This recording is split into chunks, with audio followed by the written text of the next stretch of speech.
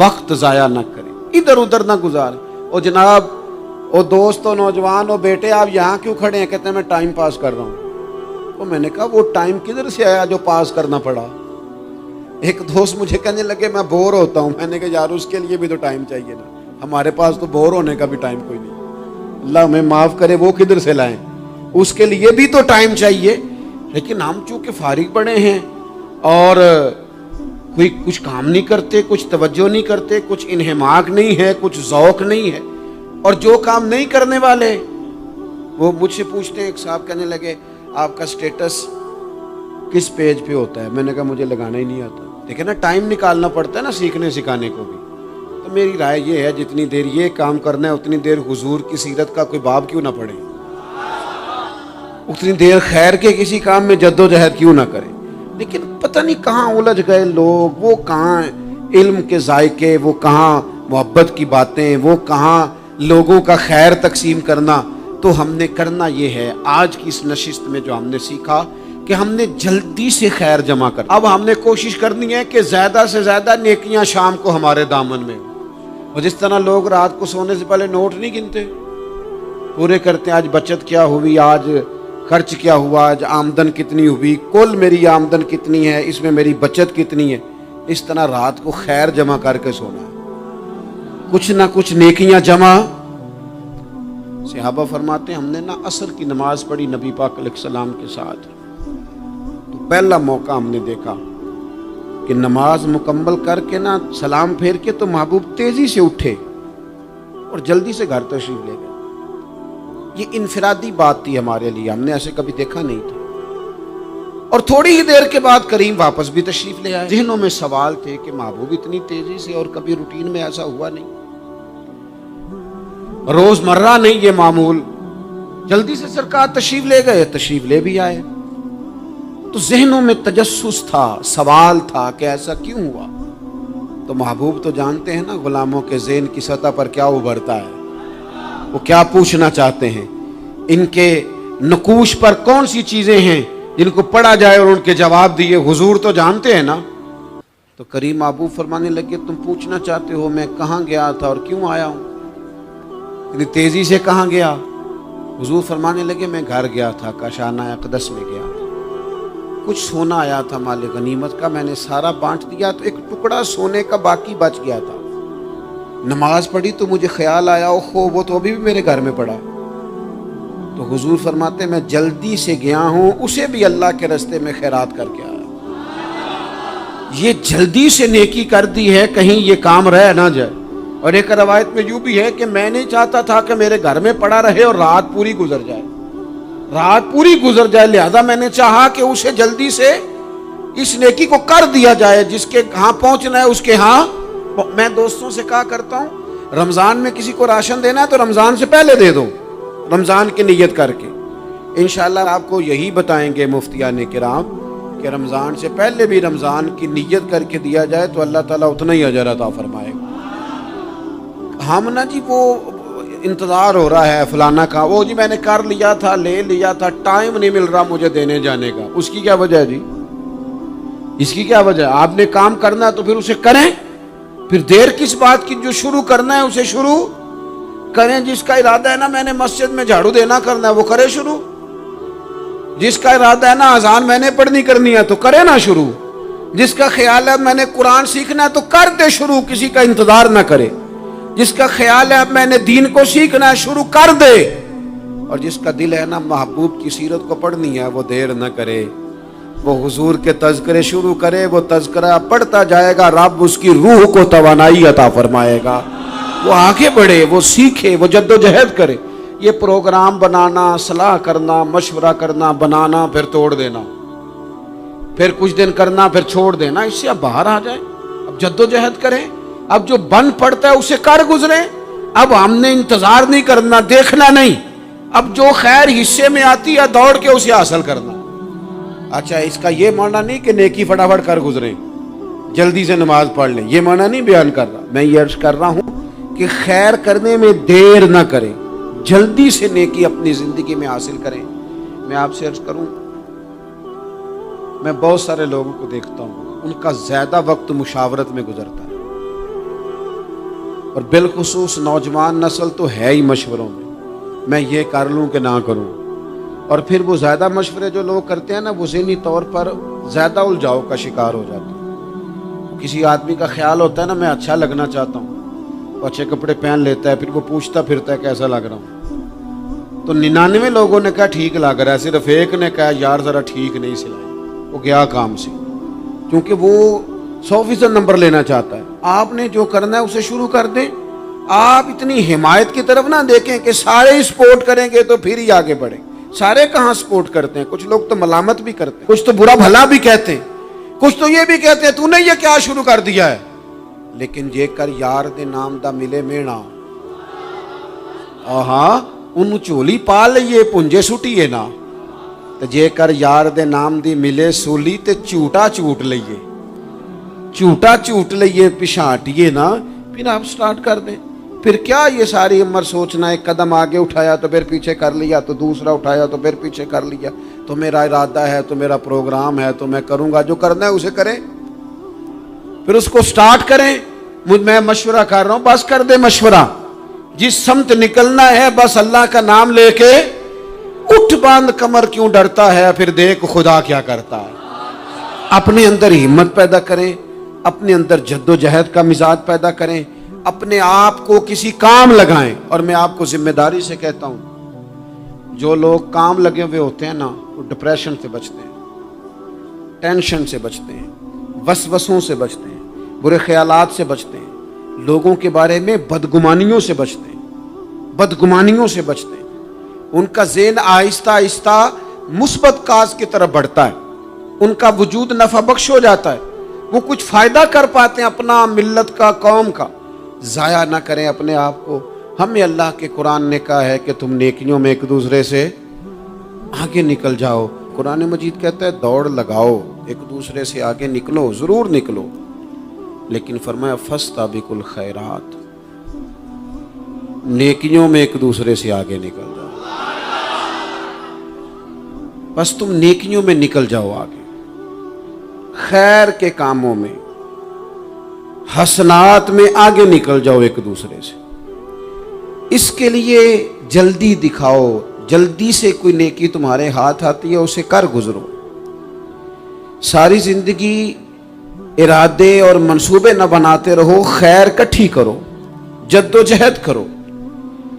ایک تو ہم سب جانتے ہیں کہ وقت کب آ جائے گا اس کا پتہ کوئی نہیں، خدا نخواستہ صحت کب ساتھ چھوڑ جائے گی اس کی خبر کوئی نہیں، اعصاب کب کمزور ہو جائیں گے جانتے نہیں، کس وقت زندگی میں کون سا موڑ آ جائے گا سمجھ نہیں آتی، صحت، حافظہ، کس وقت کس سمت نکل جائے گا پتہ نہیں چلتا۔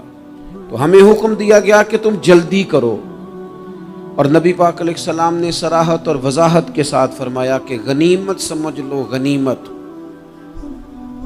غنیمت سمجھ لو، اگر تمہارے پاس فرصت ہے تو ایسا نہ ہو کہ مصروف ہو جاؤ، غنیمت جان لو، اگر صحت ہے تو ایسا نہ ہو بیمار ہو جاؤ، غنیمت جان لو، اگر تم جوان ہو تو ایسا نہ ہو کہ بڑھاپا ہو جائے، غنیمت جان لو زندگی ہے، ایسا نہ ہو کہ موت آ جائے۔ غنیمت سمجھ لو چیزوں کو، اور اپنے لیے حسنات جمع کرو۔ میں دیکھتا ہوں بہت سارے لوگ ایسے ہیں جو خیر کر سکتے ہیں، لیکن وہ تو منصوبہ ہی بنا رہے ہیں، بڑی دیر ہو گئی منصوبہ بنا رہے ہیں، پروگرام بنا رہے ہیں۔ ہمارے بزرگ جو تھے وہ کام کرتے تھے، درختوں کے نیچے بیٹھ کے کرنا پڑا تو شروع کر دیا، انہیں کسی گلی چوک چوراہے میں خیر کی بات کرنی پڑی تو انہوں نے کر دی۔ ان لوگوں کو اگر گلی سے پتھر اٹھا کے نیکی جمع کرنے کا موقع ملا تو انہوں نے لوگوں کے لیے رستہ صاف کرنا شروع کر دیا۔ اگر ان لوگوں کو کسی بندے کو خیر کی بات بتا کے دل کو تسلی محسوس ہوئی تو وہ کرنا شروع کر دیا۔ جو نیکی، جو خیر ہمارے دائرہ کار میں ہے، دائرہ اختیار میں ہے، ہماری پہنچ، اسے کیوں چھوڑا جائے؟ نبی پاک علیہ الصلوۃ والسلام نے فرمایا نیکی کو کبھی حقیر نہ سمجھو، کچھ نہ ہو سکے تو مسلمان بھائی سے مسکرا کے ملاقات کر لینا، اللہ صدقے کا ثواب عطا کر دے گا۔ آپ نے کافی ساری ماشاءاللہ سبحان اللہ کہی ہے، پر یہ مسکرا کے ملنا، آج کل مشکل ہو گیا یہ کام، کیونکہ یہ دور ہے ناراض لوگوں کا دور، اس میں ہر کوئی کسی نہ کسی سے ناراض ہے، تو مل تو لیتے ہیں، مسکرا کے نہیں ملتے۔ ملاقاتیں تو ہو جاتی ہیں، لوگ تو ہر روز ایک دوسرے سے ملتے ہیں، پر یہ دل کم ہی کسی سے ملتے ہیں۔ ملتے ہیں لوگ پر ملتے، زندگی میں وہ عجیب لمحہ تھا، وہ میرے ساتھ تھا پر میں تنہا تھا۔ لوگ ملتے ہیں پر ملنے کو تیار۔ حضور نے فرمایا نیکی کو حقیر نہ سمجھو، کچھ نہ ہو سکے تو ذرا مسکرا کے مل لینا۔ کیا معنی ہے کسی سے ملنا؟ تو راضی ہو کے ملنا۔ یہ جو مزاجوں میں گھٹن ہے تبھی، اور بلا وجہ کی ہے بعض جگہوں پہ، کوئی اس کا کوئی شرعی پس منظر نہیں، کچھ نہیں، بلا وجہ۔ نیکیوں میں ذرا جد و جہد کی جائے، کوشش کی جائے، حصول حسنات میں کوشش کی جائے۔ ہم نہ بڑے سست ہیں، دنیا کے معاملے میں چست ہیں اور خیر کٹھی کرنے میں سست ہیں۔ جلد از جلد آپ دیکھیں ہمارے بزرگوں نے بہت زیادہ کام کیا، بہت زیادہ۔ اس کی وجہ یہ تھی کہ وہ دوسروں کے کام پہ نہیں توجہ دیتے تھے، اپنے کام پہ توجہ دیتے۔ آج کل ہمارا یہ مسئلہ ہے کہ ہم نیکی اس لیے نہیں کر پاتے کہ ہماری اپنے کام پہ توجہ کم ہوتی ہے، دوسرے پہ زیادہ ہوتی ہے۔ نتیجہ کیا نکلتا ہے؟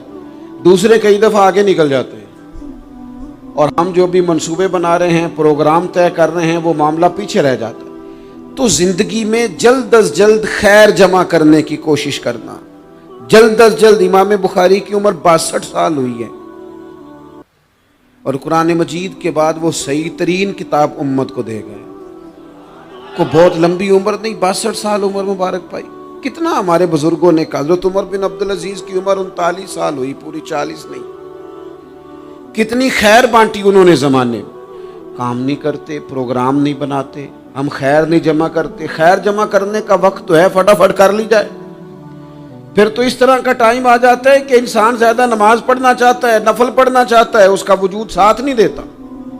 اس طرح کے اوقات آ جاتے ہیں کہ وہ کچھ خیر کرنا چاہتا ہے، پھر اس کے پاس موقع نہیں رہتا۔ وہ لکھنا، پڑھنا، پڑھانا، سمجھانا چاہتا ہے، پھر قواعد اتنے مضبوط نہیں رہتے۔ جد و جہد کی جائے، کوشش کی جائے، جلد از جلد۔ اللہ کے پیارے رسول صلی اللہ تعالی علیہ وسلم نے فرمایا، صحیح بخاری میں حدیث موجود ہے، حضور فرمانے لگے جلد از جلد نیکیاں کر لو اس وقت سے پہلے کہ فتنے رات کے ٹکڑوں کی طرح تمہارے اوپر گریں گے۔ حضور فرمانے لگے وہ ایسا سخت وقت آئے گا کہ بندہ صبح مومن ہوگا تو شام کافر ہو جائے، شام مومن ہوگا تو صبح کافر ہو جائے۔ اور فرمایا لوگ دنیا کے بدلے اپنا دین بیچ ڈالیں گے۔ اس سے پہلے نیکی کر لو، قبل اس کے کہ الجھا دیا جائے ذہنوں کو، پریشان کر دیا جائے۔ کئی جگہ مسائل نہیں بنا دیے گئے، وہ چھوڑو دی یہ تو نفل ہے، چھوڑو دی یہ تو غیر مؤکدہ ہے۔ اعلیٰ حضرت فاضل بریلوی فرماتے ہیں جو نفل چھوڑتا ہے نا، ایک وقت آتا ہے سنت کے ترک کرنا شروع کر دیتا ہے، اور تارک سنت ایک وقت آتا ہے کہ واجبات کو چھوڑتا ہے، چونکہ وہ سیلاب اچانک نہیں آیا کرتے۔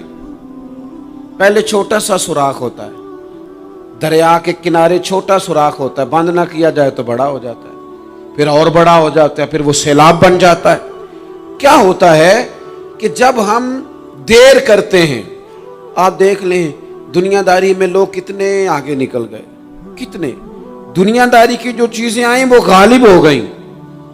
میں آپ سے پوچھا ہوں جتنے لوگوں کے پاس موبائل ہیں اتنے لوگ نمازی بھی ہیں؟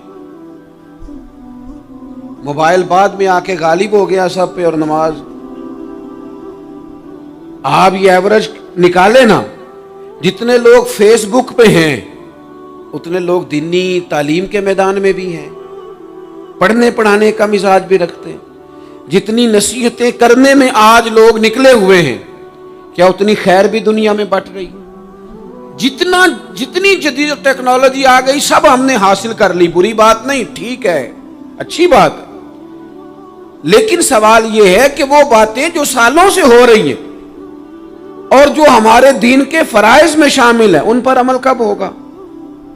اور میں یہ بہت سارے لوگ ہیں نا دعوت دیتے ہیں کہ آپ تشریف لائیں، اس جگہ پہ آ کے کچھ بات کریں، تو میں دوستوں سے کہتا ہوں تقریریں تو اب بڑی سن لی لوگوں نے، تو زمانہ ہو گیا تقریریں کرتے سنتے. سوال تو یہ ہے کہ جو سنا ہے اس پر عمل کس دن کرنا ہے؟ وہ پہلا قدم جو عمل کا ہے وہ کس دن اٹھانا ہے؟ یہ کوئی گورکھ دھندا تو نہیں ہے نا کہ نشستن گفتن برخاستن. دیکھیں نا قرآن مجید کی آیات نازل ہوتی تھی، صحابہ دوڑ پڑتے تھے عمل کرنے کے لیے. لن تنالوا البر حتى تنفقوا مما تحبون. تم بھلائی کو نہیں پہنچو گے جب تک اپنی پیاری چیز خرچ نہ کرو. تو یہ آیت ہم نے بھی سنی ہوئی ہے. میں آپ سے ہاتھ نہیں اٹھواتا، آپ خود اپنے آپ سے پوچھیں. میں اپنے آپ سے پوچھتا ہوں کب پیاری چیز لا کے خرچ کیا ہم نے اللہ کے راستے میں؟ لیکن جب نازل ہوئی تھی، عبداللہ ابن عمر کو گھوڑا پیارا تھا، انہوں نے فوراً لا کے پیش کر دیا تھا. حضرت ابو طلحہ انصاری کو باغ پیارا تھا، انہوں نے فوراً لا کے حضور کی بارگاہ میں پیش کر دیا تھا. ہم کب یہ کام کریں کہ ہم سن رہے ہیں، ہمیں آتی ہے، ہم آگے بڑھا رہے ہیں، لیکن جلدی سے صحابہ کا یہ مزاج تھا کہ جیسے ہی ان تک خیر پہنچی انہوں نے عمل کر کے دکھایا. جیسے نصیحت ملی اس نصیحت پر وہ عامل ہو گئے. امام جعفر صادق رضی اللہ تعالیٰ عنہ سے ایک شخص نے پوچھا، حضور میں دین کی خدمت کرنا چاہتا ہوں، تبلیغ کرنا چاہتا ہوں، کوئی طریقہ بتائیں. بہت سارے لوگ ہیں آج کل جو یہ چاہتے ہیں کہ جناب مجھے نہ کوئی آپ نسخہ بتائیں، کوئی سلیقہ بتائیں، میں دین کا کام کرنا چاہتا ہوں، دعوت خیر دینا چاہتا ہوں، کوئی طریقہ بتائیں. تو سیدنا امام جعفر صادق رضی اللہ تعالیٰ عنہ فرمانے لگے، آسان طریقہ ہے اور بغیر کسی فلسفے کے، بغیر کسی الجھی ہوئی گتھی کے سلجھی ہوئی بات ہے، بالکل طے. تو دین کی تبلیغ کرنا چاہتا ہے؟ اس نے کہا. تو فرمانے لگے بڑا آسان نسخہ ہے، اگر تو دین پھیلانا چاہتا ہے، تبلیغ کرنا چاہتا ہے، تو دین پر عمل کرنا شروع کر دے. عمل کے بڑے اثرات ہوتے ہیں. عمل، حضرت باجید بستامی فرمایا کرتے تھے، جس نے ہماری خاموشی سے کچھ نہیں سیکھا وہ ہماری تقریر سے کیا سیکھے گا. یہ جو عمل ہوتا ہے یہ اتنی بڑی خاموش تبلیغ ہے، اتنی بڑی. امام جعفر صادق فرمانے لگے تو عمل کر، وہ تیرا عمل کرنا. آپ پڑھیں گھر میں نماز، آپ کے بچوں کو شوق ہو جائے گا. آپ کھولیں گھر میں قرآن مجید، آپ کے بچوں کا دل لگ جائے گا. آپ بیٹھے تسبیح لے کے کہ آج میں نے آدھا گھنٹہ محبوب کی بارگاہ میں درود و سلام عرض کرنا ہے، بچوں کی طبیعت لگ جائے گی. عمل جو ہوتا ہے اس کا فیض بٹتا ہے. نیکی میں آگے بڑھنے کی جدوجہد، کوشش کرنا کہ میں ذرا خیر کے کام میں آگے نکلوں. کیا کہا حضرت عمر نے؟ کبھی ہم سنتے ہیں باتیں، کبھی اس کی گہرائی میں اترو نا. سیدنا فاروق اعظم فرماتے میری ساری عمر دوڑ لگی رہی کہ میں ابو بکر صدیق سے نیکیوں میں آگے نکل رہا. ساری زندگی میری دوڑ رہی، جد و جہد رہی کہ میں ابو بکر صدیق سے آگے. 2.5% زکوٰۃ ہے. عمر کہتے ہیں میں 50% لے کے آیا تھا، لیکن میں 50% پہ پہنچا تھا تو ابو بکر 100% پہ پہنچ گئے تھے، وہ سارا ہی لے آئے تھے. میری دوڑ رہی، یہاں بھی دوڑ ہے. میری عزت کرو، میرے آنے پہ کھڑے ہو جاؤ، معاذ اللہ میرا اکرام کرو، میں فلاں صاحب ہوتا ہوں، قبیلے میں، برادری میں، سوسائٹی میں، سماج میں یہ نام رکھتا ہوں، میں فلاں سیاسی، سماجی، فلاحی، رفائی تعارف رکھتا ہوں، میرا فلاں معاملہ ہے. یہ اس مزاج میں دوڑ لگ گئی، اس طبیعت کی دوڑ لگ گئی. مجھے بھی مانا جائے، مجھے بھی گنا جائے، مجھے بھی شمار کیا جائے، میرا بھی نام ہو جائے، مجھے بھی اگلوں میں رکھا جائے، قرب والوں میں میرا بھی تذکرہ کیا جائے. جو دوڑ ہمیں بتائی اور سکھائی گئی تھی اس دوڑ میں ہم شریک کیوں نہیں ہوتے؟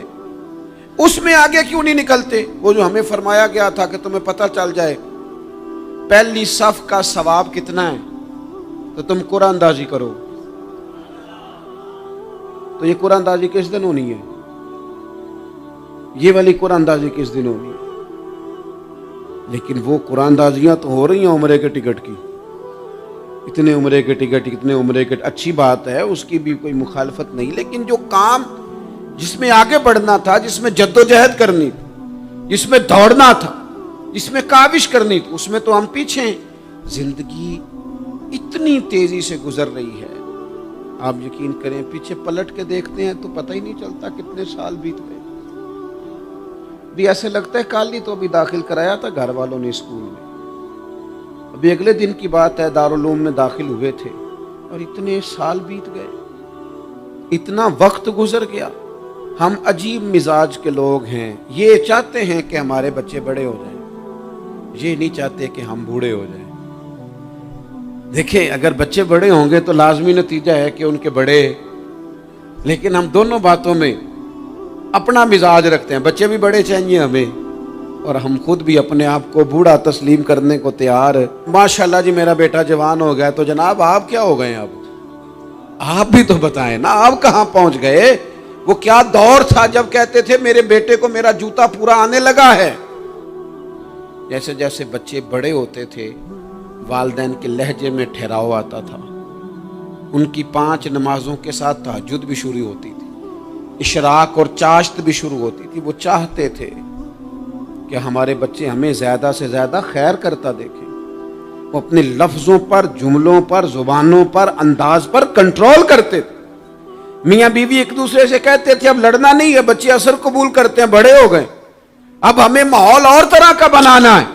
کب آگے نکلیں گے نیکیوں میں؟ کب ہم جد و جہد کریں گے؟ کب ہم یہ والا کام کریں گے کہ نہیں اب مجھے سنور جانا چاہیے، نہیں اب میرے اندر مثبت تبدیلی آنی چاہیے، نہیں اب مزاج میں حلم، بردباری، وقار، وفاداری، یہ چیزیں مجھے پیدا کرنی چاہیے. کب بچپنا ختم ہوگا؟ وہ کسی درویش نے کہا تھا نا کہ میں نے 22 سال کے بوڑھے دیکھے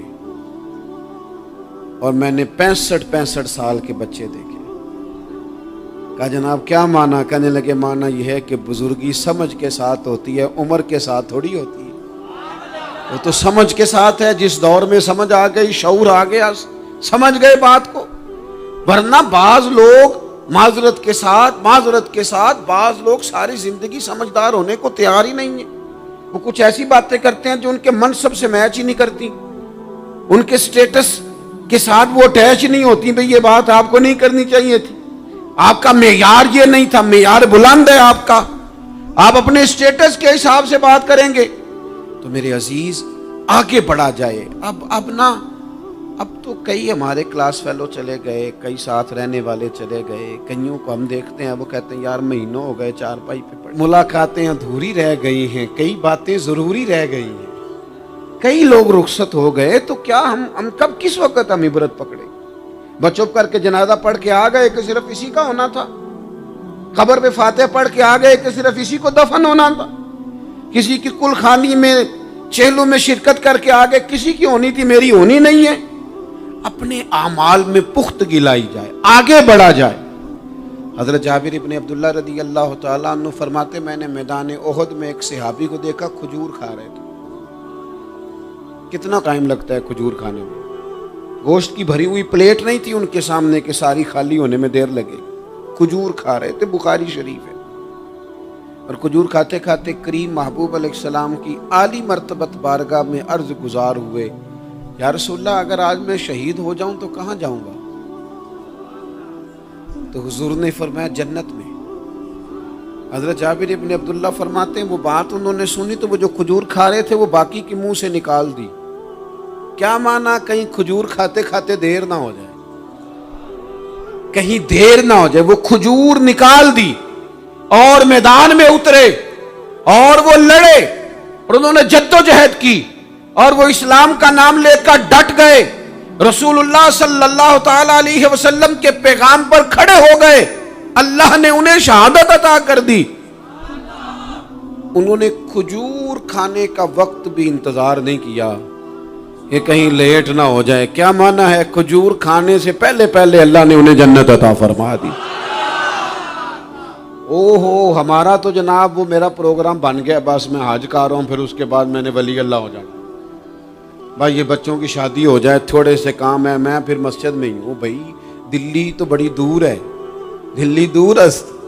یہ آپ جو باتیں سنا رہے ہیں یہ تو لمبی ساری بات ہے، یہ تو کام شروع کر دینا چاہیے تھا، اس پر تو عمل شروع کر دینا، روکا کس نے؟ آپ بچوں کے بیاہ بھی کریں لیکن ساتھ حضور کی بارگاہ میں درود و سلام بھی پیش کریں.